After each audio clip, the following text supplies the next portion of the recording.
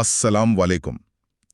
آج کی اس خاص بات چیت میں ہم ایک ایسی شخصیت کی دنیا میں اتر رہے ہیں جن کا ذکر آسمانی کتابوں میں بہت عزت اور احترام سے آتا ہے، حضرت ادریس علیہ السلام۔ ہمارے پاس کچھ دلچسپ ثبوت ہیں جو ان کے جیون پر، ان کے حیرت انگیز کاموں پر اور ان کی گہری روحانی زندگی پر روشنی ڈالتے ہیں۔ واقعی، اور آج ہماری کوشش رہے گی یہ سمجھنے کی کہ حضرت ادریس صرف ایک پیغمبر ہی نہیں تھے، بلکہ وہ ایک طرح سے ٹیچر تھے، ایک رہنما تھے، اور جو شروعاتی انسانی سماج تھا اس کے لیے گیان اور سلیقے کی بنیاد رکھنے والوں میں سے تھے۔ ہم ان خاص باتوں کو کریدیں گے جو سروتوں میں ملتی ہیں، کیسے انہوں نے لوگوں کو وہ ہنر سکھائے جن سے زندگی آسان ہوئی، اور کیسے اللہ سے ان کا تعلق اتنا مضبوط تھا کہ انہیں خاص مقام حاصل ہوا۔ ہاں، یہ بات مجھے ہمیشہ بہت دلچسپ لگتی ہے کہ بالکل شروعاتی دور میں جب دنیا بھی بنی رہی تھی، ایک انسان ایسا تھا جس نے لوگوں کو نہ صرف اللہ کی عبادت سکھائی بلکہ لکھنا پڑھنا، حساب کتاب اور یہاں تک کہ سلیقے سے رہنا بھی سکھایا۔ یہ کہانی صرف تاریخ کا حصہ نہیں ہے، اس میں آج بھی ہمارے لیے بہت کچھ ہے سیکھنے کو۔ تو چلیے شروع کرتے ہیں ان کی پیدائش اور شروعاتی زندگی سے۔ سروت اس بارے میں کیا خاص بتاتے ہیں؟ جی، حضرت ادریس علیہ السلام کا نسب، ان کا خاندان حضرت آدم علیہ السلام سے جا ملتا ہے۔ وہ ان کے پوتے کے پوتے تھے، یعنی انسانی نسل کے بالکل شروعاتی لوگوں میں سے تھے وہ۔ سروت اس بات پر کافی زور دیتے ہیں کہ بچپن سے ان میں غیر معمولی ذہانت، سمجھداری نظر آتی تھی۔ یہ صرف ماں باپ کا پیار نہیں تھا، بلکہ آس پاس کے لوگ بھی محسوس کرتے تھے کہ اس بچے میں کچھ خاص ہے۔ کچھ روایتوں میں آتا ہے کہ وہ بچپن میں بھی بہت سوچتے تھے، چیزوں کے بارے میں، ان کے کام کرنے کے طریقے پر سوال اٹھاتے تھے، اور قدرت کے نظاروں میں اللہ کی نشانیاں تلاشتے تھے۔ صرف ذہنی نہیں بلکہ انصاف اور سچائی کا جذبہ بھی ان میں قدرتی طور پر موجود تھا، ہے نا؟ ایسا نہیں کہ کسی نے سکھایا ہو، بلکہ اندر سے ہی یہ احساس تھا۔ بالکل بالکل۔ کئی واقعات ملتے ہیں جو بتاتے ہیں کہ بچپن میں بھی اگر بچوں میں کوئی جھگڑا ہو جاتا تو وہ بہت سمجھداری اور انصاف سے اسے سلجھانے کی کوشش کرتے تھے، ہمیشہ سچ کا ساتھ دیتے، چاہے سامنے کوئی بھی ہو۔ یہ خوبیاں جو تھیں وہ آگے چل کر ان کی پیغمبری اور رہنمائی کی بنیاد بنی۔ ان کا دل ہمیشہ سے ہی صحیح اور غلط کو پہچاننے کی صلاحیت رکھتا تھا، اور اسی سمجھ نے شاید انہیں گیان حاصل کرنے کی طرف بھی ابھارا ہوگا۔ خاص طور پر وہ لکھنے سیکھنے کا ذکر آتا ہے جو اس زمانے کے لحاظ سے تو ایک انقلابی بات رہی ہوگی۔ ہاں، یہ واقعی بہت بڑی بات تھی۔ سروت اشارہ کرتے ہیں کہ وہ پہلے انسانوں میں سے تھے جنہوں نے لکھنا اور سکھایا بھی۔ کچھ کا ماننا ہے کہ انہوں نے ستاروں کی چال اور وقت کے گزرنے کا حساب رکھنے کے لیے لکھنا شروع کیا۔ کچھ کہتے ہیں کہ انہوں نے مٹی کی تختیوں پر یا پتھروں پر نشان بنا کر لکھنا ایجاد کیا۔ سوچیے ذرا، یہ وہ دور تھا جب گیان صرف زبانی طور پر ایک نسل سے دوسری نسل تک پہنچتا تھا۔ لکھنے کی ایجاد نے تو اس سلسلے کو ہمیشہ کے لیے بدل دیا۔ ان کے اندر سماج کو بہتر بنانے کی ایک گہری تڑپ تھی۔ وہ صرف جاننا نہیں چاہتے تھے بلکہ اپنے علم سے لوگوں کی زندگی میں بہتری لانا چاہتے تھے۔ اور پھر ان کی زندگی میں وہ اہم موڑ آیا جب اللہ نے انہیں نبوت یعنی پیغمبری عطا کی۔ یہ تو ایک بہت بڑی ذمہ داری تھی۔ سروت اس بارے میں کیا بتاتے ہیں کہ یہ کیسے ہوا اور انہیں کیا خاص ہدایتیں ملی؟ تو نبوت ملنا اللہ کا خاص انتخاب ہوتا ہے۔ حضرت ادریس علیہ السلام کی سچائی، امانت داری اور ان کی جو گہری سمجھ تھی، اس کو دیکھتے ہوئے اللہ نے انہیں چنا کہ وہ لوگوں کو سیدھی راہ دکھائیں۔ روایتوں میں آتا ہے کہ انہیں فرشتوں کے ذریعے یا خاص الہام کے ذریعے یہ پیغام ملا کہ انہیں لوگوں کو اللہ کی وحدانیت، اللہ کے ایک ہونے کی طرف بلانا ہے، انہیں اچھے اخلاق سکھانے ہیں اور زمین پر انصاف قائم کرنے کی کوشش کرنی ہے۔ یہ صرف دھارمک پیغام نہیں تھا بلکہ ایک مکمل نظام حیات، ایک پوری جیون شیلی کا پیغام تھا۔ یہ فرق سمجھنا ضروری ہے، جیسا آپ کہہ رہی تھی کہ وہ صرف مسجد یا عبادت گاہ کے اپدیشک نہیں تھے۔ سروت انہیں ایک سماج سدھارک اور ایک نیتک مارگدرشک کے طور پر پیش کرتے ہیں۔ ان کا کام شاید عبادت سکھانے سے کہیں زیادہ وسیع تھا، ہے نا؟ بالکل صحیح نقطہ اٹھایا آپ نے۔ وہ لوگوں کو صرف یہ نہیں بتاتے تھے کہ اللہ کی عبادت کیسے کرنی ہے، بلکہ یہ بھی سکھاتے تھے کہ ایک دوسرے کے ساتھ کیسے رہنا ہے، کاروبار میں ایمانداری کیسے برتنی ہے، کمزوروں کا حق کیسے ادا کرنا ہے۔ وہ صحیح معنی میں ایک ٹیچر اور گائیڈ تھے۔ ان کے سامنے چیلنج یہ تھا کہ وہ ایک ایسے سماج کو تعمیر کریں جو اللہ کو بھی مانتا ہو اور آپس میں بھی محبت اور انصاف سے رہتا ہو۔ اور ان کی اس پیغام کا اثر کیسا رہا؟ کیا لوگوں نے ان کی باتیں آسانی سے مان لی؟ شروعات میں یقیناً مخالفت ہوئی ہوگی، جیسا ہر نئی اور حق بات کے ساتھ ہوتا ہے۔ کچھ لوگ پرانی رسموں اور طور طریقوں سے چپکے رہنا چاہتے ہوں گے، لیکن حضرت ادریس علیہ السلام کی اپنی شخصیت، ان کی سچائی، ان کی دلیلیں اتنی مضبوط تھیں کہ دھیرے دھیرے لوگ ان کی طرف مائل ہونے لگے۔ ان کی باتوں میں وزن تھا، ان کی زندگی خود ایک مثال تھی، تو لوگوں نے ان کی رہنمائی میں دین اور اخلاق کے راستے پر چلنا شروع کیا۔ انہوں نے لوگوں کو اللہ کی عبادت اور اچھے کاموں کی طرف راغب کیا، پریرت کیا۔ یہ تو ہوئی ان کے نبوت اور شروعاتی تبلیغ کی بات۔ اب آتے ہیں ان کے ان ٹھوس کاموں پر جن کا ذکر آپ نے شروع میں کیا تھا، مانوتا کے لیے ان کے یوگدان۔ سب سے پہلے شکشا، خاص طور پر وہ لکھنا پڑھنا سکھانا، اس پر اور روشنی ڈالیے ذرا۔ ہاں، جیسا ہم نے پہلے کہا، لکھنا سکھانا ان کا ایک شاہکار کارنامہ تھا، لیکن سروت صرف اتنا ہی نہیں بتاتے۔ کچھ روایتیں اشارہ کرتی ہیں کہ انہوں نے صرف لکھنا ہی نہیں بلکہ لکھنے کے لیے قلم کا استعمال اور شاید سیاہی جیسی کسی چیز کا شروعاتی روپ بھی ایجاد کیا۔ انہوں نے اکشروں کو آوازوں سے جوڑنے کا بنیادی طریقہ سمجھایا، جس سے پڑھنے کا عمل شروع ہوا۔ سوچئے، اس سے وچاروں کو محفوظ رکھنا، گیان کو اگلی پیڑھیوں تک پہنچانا کتنا آسان ہو گیا ہوگا۔ یہ انسانی ترقی کا ایک بہت بڑا قدم تھا۔ لکھنے پڑھنے کے علاوہ روزمرہ کی زندگی سے جڑی چیزیں بھی انہوں نے سکھائیں، جیسے کھیتی باڑی۔ جی ہاں، سروت بتاتے ہیں کہ انہوں نے لوگوں کو زمین کو کاشتکاری کے لیے تیار کرنے، بیج بونے اور فصل کاٹنے کے بہتر طریقے بتائے۔ شاید انہوں نے یہ بھی سکھایا کہ کون سی زمین کس فصل کے لیے زیادہ مناسب ہے، یا پانی کا صحیح استعمال کیسے کیا جائے۔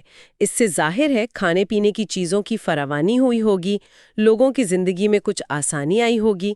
اس کے علاوہ کچھ سروت یہ بھی کہتے ہیں کہ انہوں نے کپڑے سینا سکھایا، جبکہ اس سے پہلے لوگ شاید جانوروں کی کھالیں وغیرہ استعمال کرتے تھے۔ یہ چھوٹی چھوٹی باتیں لگتی ہیں، لیکن یہ انسانی تہذیب کی بنیادیں تھیں۔ یعنی وہ ایک پریکٹیکل ٹیچر بھی تھے، جی۔ صرف آسمانی باتیں نہیں، زمینی حقیقتیں بھی سکھا رہے تھے۔ اور اس کے ساتھ ساتھ اخلاقی تعلیم بھی جاری رکھی ہوگی۔ یقیناً ان کا اصل مقصد تو لوگوں کو اللہ سے جوڑنا اور انہیں ایک بہتر انسان بنانا تھا۔ یہ ہنر سکھانا اسی بڑے مقصد کا حصہ تھا۔ وہ لگاتار سمجھاتے رہے کہ انصاف کیا ہے، امانت داری کیوں ضروری ہے، اللہ کی عبادت کا حق کیسے ادا ہو۔ انہوں نے وزن اور ناپ تول کے پیمانے مقرر کرنے پر زور دیا تاکہ لین دین میں بے ایمانی نہ ہو۔ انہوں نے بتایا کہ طاقت کا استعمال کمزوروں کی مدد کے لیے ہونا چاہیے، نہ کہ انہیں دبانے کے لیے۔ ان کا نظریہ یہ تھا کہ دنیاوی ترقی اور روحانی پاکیزگی ساتھ ساتھ چلنی چاہیے۔ یہ بہت اہم نقطہ ہے۔ ان کا مقصد صرف دنیاوی علم دینا نہیں تھا، بلکہ اس علم کو روحانیت اور اخلاق کے ساتھ جوڑنا تھا۔ بالکل، وہ گیان کو اللہ کی نعمت سمجھتی تھی اور مانتی تھیں کہ اس کا صحیح استعمال وہی ہے جو انسان کو اللہ کے قریب لے جائے اور اسے خلق چرتر میں بہتر بنائے۔ اور ان کے اس ملے جلے درشٹکون کا اثر بھی ہوا۔ انسانی سماج نے علم و ہنر کے میدان میں شروعاتی قدم بڑھائے، لیکن ساتھ ہی اخلاق اور روحانیت کی اہمیت کو بھی سمجھا۔ حضرت ادریس علیہ السلام نے گیان اور بھکتی کا ایک خوبصورت سنگم پیش کیا۔ واقعی ان کے یوگدان بہت گہرے اور دور تک اثر ڈالنے والے تھے، لیکن ان کی اپنی ذاتی زندگی، ان کا اللہ سے تعلق، ان کی عبادتیں، وہ کیسی تھیں؟ کیونکہ ان کی روحانیت کا ذکر بھی ہوتا ہے۔ ہاں، حضرت ادریس علیہ السلام کی زندگی کا یہ پہلو شاید سب سے نمایاں ہے۔ سروت بتاتے ہیں کہ وہ اپنا زیادہ تر وقت اللہ کی عبادت اور اس کے ذکر میں گزارتے تھے۔ ان کی نمازیں لمبی ہوتی تھیں، ان کی دعاؤں میں گہری تڑپ ہوتی تھی۔ کہا جاتا ہے کہ وہ دن میں دنیاوی ذمہ داریاں نبھاتے، لوگوں کو تعلیم دیتے اور رات کا بڑا حصہ اللہ کی یاد میں گزارتے تھے۔ ان کی ہر سانس اللہ کے لیے تھی، ایسا محسوس ہوتا ہے پڑھ کر۔ ان کا عمل، ان کے قول، ان کے کہنے کا آئینہ تھا۔ جو کہتے تھے وہی کرتے تھے۔ یقیناً ان کی زندگی ہی ایمان اور اخلاق کا جیتا جاگتا نمونہ تھی۔ لوگ انہیں دیکھ کر سیکھتے تھے۔ ان کی سادگی، ان کی سچائی، ان کا صبر، ان کی نرم دلی، یہ سب چیزیں لوگوں کو متاثر کرتی تھیں۔ وہ صرف حکم نہیں دیتے تھے، بلکہ خود ان پر سب سے زیادہ عمل کرنے والے تھے۔ ان کی زبان اور دل میں ایک ہی بات ہوتی تھی۔ اور قرآن میں بھی ان کے اس بلند مقام کا ذکر ہے۔ سورہ مریم کی وہ آیت، جی ہاں، سورہ مریم آیت 56-57 میں اللہ فرماتا ہے، اور کتاب میں ادریس کا بھی ذکر کرو، بے شک وہ ایک سچا صدیق نبی تھا، اور ہم نے اسے اٹھا کر اونچے مقام مکانن علیہ پر پہنچا دیا۔ یہ آیت ان کے مرتبے کی بہت بڑی گواہی ہے۔ مکانن علیہ یعنی ایک بہت بلند اور اعلیٰ مقام۔ یہ صرف کسی جگہ کا نام نہیں ہے، بلکہ اللہ کے نزدیک ان کی قربت، ان کی عزت اور ان کے درجے کی بلندی کا اظہار ہے۔ یہ واقعی ایک بہت بڑا اعزاز ہے، مطلب سمان ہے۔ ان کی عبادت اور روحانیت کا عالم کیا رہا ہوگا کہ اللہ نے قرآن میں اس طرح ان کا ذکر کیا۔ یہ تو آنے والی تمام نسلوں کے لیے ایک مثال بن گیا۔ بالکل، ان کی عبادت رسمی نہیں تھی، اس میں روح تھی، اللہ کے لیے سچی محبت تھی۔ وہ ہر کام اللہ کی رضا کے لیے کرتے تھے اور ہر حال میں اس کا شکر ادا کرتے تھے۔ کچھ روایتیں تو یہاں تک کہتی ہیں کہ ان کی عبادتوں اور ذکر کی کثرت کی وجہ سے فرشتے بھی ان سے ملنے آتے تھے اور ان سے باتیں کرتے تھے۔ ان کا روحانی تعلق اتنا مضبوط تھا۔ اور ان کی اسی بے مثال عبادت، گہرے علم اور اللہ سے قریبی کا نتیجہ تھا وہ واقعہ جس نے انہیں انسانی تاریخ میں الگ ممتاز بنا دیا، ان کا آسمان پر اٹھایا جانا۔ آپ نے قرآن کی آیت کا حوالہ دیا، ہم نے اسے اٹھا کر اونچے مقام پر پہنچا دیا۔ اس بارے میں اسلامی علماء اور مفسرین کیا کہتے ہیں؟ کیا یہ جسمانی طور پر ہوا؟ ہاں، اس آیت کی تفسیر میں علماء کی کئی رائے ہیں، لیکن زیادہ تر مفسرین اور احادیث کی روشنی میں یہی مانا جاتا ہے کہ حضرت ادریس علیہ السلام کو اللہ نے ان کی صدق دلی، ان کی بے پناہ عبادت اور انسانیت کے لیے ان کی خدمات کے انعام کے طور پر جسم سمیت زندہ آسمان پر اٹھا لیا۔ وہ موت سے نہیں گزرے، بلکہ اللہ نے انہیں ایک خاص طریقے سے اپنے پاس بلا لیا، اور مانا جاتا ہے کہ آج بھی وہ ایک بلند مقام پر اللہ کے ہاں موجود ہیں۔ یہ تو حیرت انگیز بات ہے۔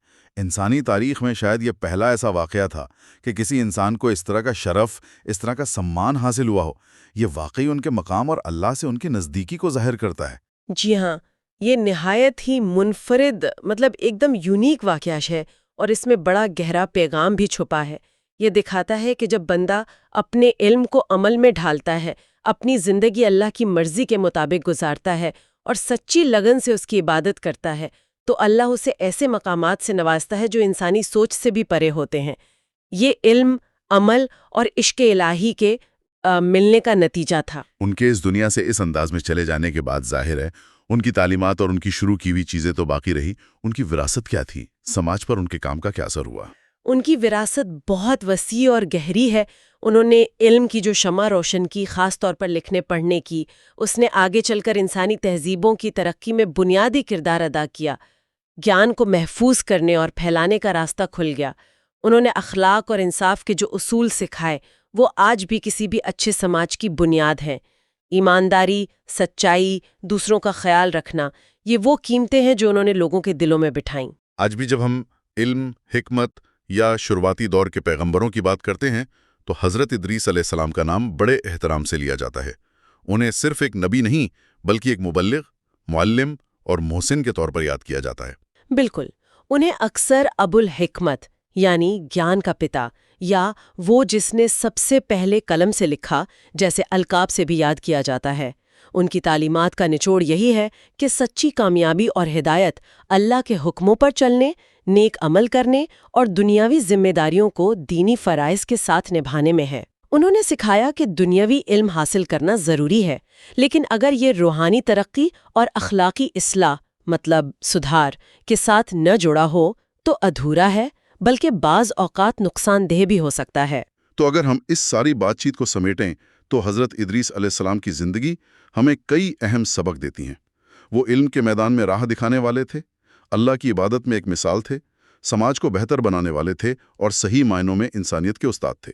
علم اور عمل، دنیا اور دین، حکمت اور عبادت کا جو توازن ہے، جو بیلنس ہے، وہی انسان کو اللہ کا قرب دلاتا ہے اور دونوں جہانوں میں سرخرو کرتا ہے، سفل بناتا ہے۔ واقعی حضرت ادریس علیہ السلام کی داستان ہمیں سوچنے پر مجبور کرتی ہے کہ علم کا مطلب صرف معلومات جمع کرنا نہیں، بلکہ اسے سمجھنا، صحیح نیت سے استعمال کرنا اور عمل میں لانا ہے۔ رہی جاتے جاتے ایک سوال ہم اپنے سننے والوں کے لیے چھوڑ جاتے ہیں جس پر وہ غور کر سکیں۔